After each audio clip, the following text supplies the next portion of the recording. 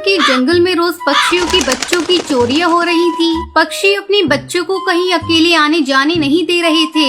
बच्चे चोरी हो जाने की डर से पक्षी अपने बच्चों को स्कूल भी नहीं भेज रहे थे। वहीं टुनटुनी चिड़िया और बंटी कबूतर अपनी बच्ची लूसी को भी इसी डर से स्कूल नहीं भेजते हैं। एक दिन लूसी अपने आंगन में खेल रही थी। लूसी बेटा, मैं काम करने जा रही हूँ, तू यही आंगन में ही खेलना, बाहर कहीं नहीं जाना। ठीक है माँ, मैं यहीं खेलूंगी। उस समय लूसी बॉल से खेल रही थी। अरे ये क्या, मेरी बॉल तो पेड़ की डाल पर चली गई। लेकिन माँ ने तो बाहर निकलने से मना किया है। मैं क्या करूँ, कैसे अपनी बॉल ले आऊँ? ऐसा करती हूँ, जल्दी से मैं ही जाकर बॉल ले आती हूँ, माँ को कुछ पता भी नहीं चलेगा। लूसी बॉल लेने के लिए पेड़ की डाल पर चली जाती है। तभी उसके पास एक अनजान कौवा आता है। बेटा, क्या तुम्हारे पापा घर पर हैं? मैं उन्हीं के ऑफिस में काम करता हूँ, मुझे उनसे कुछ काम है। बेटा, ये चॉकलेट लोगी? नहीं अंकल जी, मैं अनजान लोगों से चॉकलेट नहीं लेती। लेकिन बेटा, मैं तो अनजान नहीं हूँ, मैं तो तुम्हारे पापा के ऑफिस में काम करता हूँ। तुम्हें मुझसे डरने की कोई जरूरत नहीं है। चॉकलेट लो और खाओ, तब तक मैं तुम्हारे पापा से मिलकर आता हूँ। लूसी को चॉकलेट देखकर लालच आ जाता है और वो उसे खाने लगती है। चॉकलेट खाकर लूसी बेहोश हो जाती है। अब वो कालू कौवा उसे गोद में उठाकर वहाँ से भाग जाता है। टुनटुनी अपने काम में इतनी व्यस्त हो गई थी कि उसे लूसी का ध्यान ही नहीं रहता। जब उसे अपनी बेटी का ध्यान आता है तो वो दौड़कर आंगन में आती है।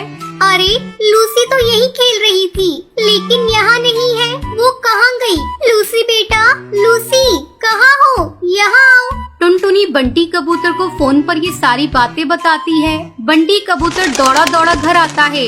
टुनटुनी, तुम इतनी लापरवाह कैसे हो सकती हो? तुम्हें तो पता है जंगल में कितने चोर पक्षी घूम रहे हैं, इसीलिए तो मैंने लूसी का स्कूल जाना बंद किया था। अब मैं क्या करूँ, कहाँ ढूंढूं अपनी बेटी को? नहीं जी, ये गलती मुझसे हुई है। मेरी लापरवाही की वजह से मेरी बच्ची गायब हो गई। अब मैं ही उसे ढूंढ कर लाऊंगी। अब टुनटुनी चिड़िया पागलों की तरह जंगल के पक्षियों से लूसी के बारे में पूछने लगती है। भाई साहब, आपने मेरी बच्ची को देखा है? नहीं बहन, मैंने किसी बच्ची को नहीं देखा। तभी टुनटुनी को वहाँ से कौवी आती हुई दिखाई देती है। बहन जी, आपने किसी पक्षी को एक बच्ची को ले जाते हुए देखा है? हाँ बहन, मैंने एक काले कौवे को इधर से जाते देखा और उसके साथ एक छोटी सी बच्ची भी थी। अभी वो ज्यादा दूर नहीं गया होगा। टुनटुनी जल्दी जल्दी उस काले कौवे को पकड़ने के लिए जंगल की तरफ जाती है। थोड़ी देर तक भटकने के बाद टुनटुनी चिड़िया को एक कौवा लूसी को ले जाता हुआ दिखता है। टुनटुनी चिड़िया उसके पास जाती है और उससे कहती है, अरे ओ काले कौवे, आप मेरी बेटी को लेकर कहाँ जा रही हैं? बेटी? किसकी बेटी? कौन बेटी? ये मेरी बेटी है, इसकी तबीयत खराब है और मैं इसे डॉक्टर के पास ले जा रहा हूँ। तुम मेरी बेटी की चोरी करना चाहती हो? जल्दी हटो मेरे रास्ते से, मुझे अपनी बेटी को लेकर जल्दी डॉक्टर के पास पहुँचना है। तुम झूठ बोल रहे हो। घर पर इसके बाबा का रो रो कर बुरा हाल हो रहा है। ये मेरी बेटी है, इसे मेरे हवाले कर दो। दोनों ही उस बच्ची को अपनी बेटी बता रहे थे। उन दोनों की लड़ाई देखकर जंगल के पक्षी वहाँ पर इकट्ठा हो जाते हैं।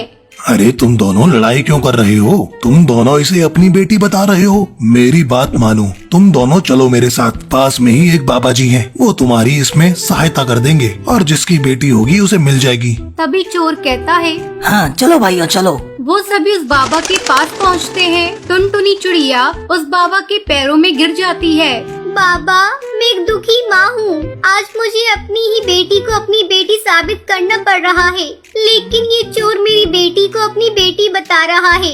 बाबा, मुझ पर रहम कीजिए और एक माँ को उसकी बेटी से मिला दीजिए। नहीं बाबा, ये झूठ बोल रही है, ये बच्ची मेरी है। ठीक है, तुम दोनों बहस मत करो, मैं तुम दोनों की समस्या का निवारण कर देता हूँ। तुम दोनों यहाँ लड़ाई झगड़ा बंद करो। ये लो छड़ी और इससे अपनी बेटी को 10-10 छड़ी मारो। कालू कौवा बाबा के हाथ से छड़ी ले लेता है और लूसी को पीटने लगता है। मुझे चोट लग रही है, मत मारो, मुझे चोट लग रही है। लेकिन चोर लूसी को 10 छड़ी पीटने के बाद ही रुकता है। फिर वो छड़ी टुनटुनी चिड़िया लेती है, लेकिन वो लूसी को नहीं मारती। बाबा तुरंत समझ जाता है ये बच्ची टुनटुनी की है। बाबा लूसी को टुनटुनी चिड़िया को दे देता है। उसके बाद जंगल के पक्षी कालू कौवे पे हमला कर देते हैं और उसे पुलिस के हवाले कर देते हैं। कालू कौवे के जेल में आने के बाद पुलिस उससे पूछती है, अरे ओ कौवे, तूने बहुत पक्षियों के बच्चों की चोरी कर ली है, बता और पक्षियों के बच्चे कहाँ हैं? पुलिस के डर से कालू कौआ सब सच बता देता है। मुझे माफ कर दीजिए, मैं ही और पक्षियों के बच्चों को दूसरे जंगल में रहने वाले कसाई चील को बेच आता था। कालू कौवे के सब सच बताने के बाद पुलिस सारे पक्षियों के बच्चों को आजाद करा देती है और कालू कौवा और कसाई चील को उसके किए की सजा मिल जाती है।